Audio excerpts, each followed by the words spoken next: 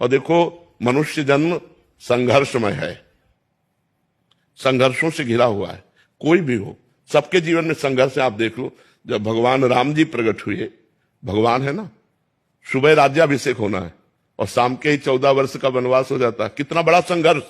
नंगे पैर जहां महलों में चलते हैं तो फूलों जैसे कोमल गद्दे बिछाए जाते हैं, वही भगवान नंगे पैर वनवास 14 वर्ष तक, तापस वेश विशेष उदासी 14 बरस राम वनवासी। तो जब भगवान मृत्युलोक में जन्म लिए, अवतार लिए, तो संघर्ष में जीवन रहा, चाहे राम का हो चाहे कृष्ण का हो।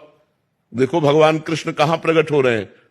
कंस के जेल में, देवकी वसुदेव हथकड़ी बेड़ियों से जकड़े हुए। वहां कौन रहा है? परमात्मा आ रहा है, स्वयं पुत्र बनने परमात्मा आ रहा है। तो हमारा जीवन संघर्षमय है सबका। आज तुम सुखी हो तो कल दुख आएगा, आज तुम दुखी हो तो कल सुख आएगा। सब दिन होत न एक समान। आज सुखी हो तो अभिमान मत करो, आज दुखी हो तो बहुत उदास मत हो। ये चक्र है, सुख दुख का चक्र चलता रहता है। पल की पल में क्या हो जाए पता नहीं तकदीर का। भाई अजब खेल रघुवीर का, भगवान का बड़ा अजब खेल है कि पल में, तो अभी राज्याभिषेक होने के बाद थोड़े हो, पल में 14 वर्ष का वनवास हो गया। पल की पल में क्या हो जाए कुछ पता नहीं तकदीर का, अजब खेल रघुवीर का। इसलिए हमको दुख में सामर्थ्यवान बनने के लिए भगवान का नाम जप करना चाहिए। नाम जप से बड़ी सामर्थ्य मिलती है।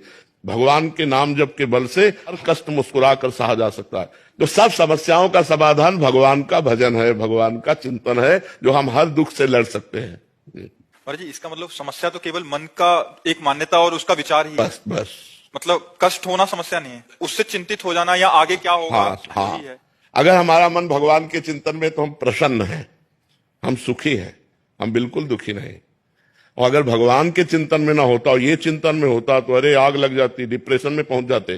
तो आनंदित होने के लिए भगवान का नाम, यही हम उदाहरण अपना इसलिए देते हैं कि प्रत्यक्षम किम प्रमाणम। जब प्रत्यक्षम तुम्हारे सामने बैठे तो और क्या प्रमाण दें। तो इसलिए भगवान का नाम जप करो, गंदे आचरण छोड़ो, पाप आचरण छोड़ो, तो आप आनंदित रहोगे, आप प्रसन्न रहोगे, आपका हृदय शीतल रहेगा। और जी इसमें एक अभी प्रसंग चल रहा है इसलिए कर रहा हूँ। और जी 1-2-3 दिन पहले कोई आए थे, वो अपने शारीरिक रोग के कारण इतने दुखी हो गए थे कि एक तो उनका शारीरिक रोग का कष्ट जो उनके शरीर में हो रहा है उसको सह नहीं पा रहे, और जो घर वाले आए थे वो कह रहे थे कि ये अभी मतलब शरीर नष्ट करने के लिए उदित हो गए थे कि मैं इतना झेल नहीं पाऊंगा, मेरे बच्चों को क्या होगा। इनका एक ये चिंता, पारिवारिक चिंता, दूसरी शारीरिक चिंता, तीसरा मतलब कि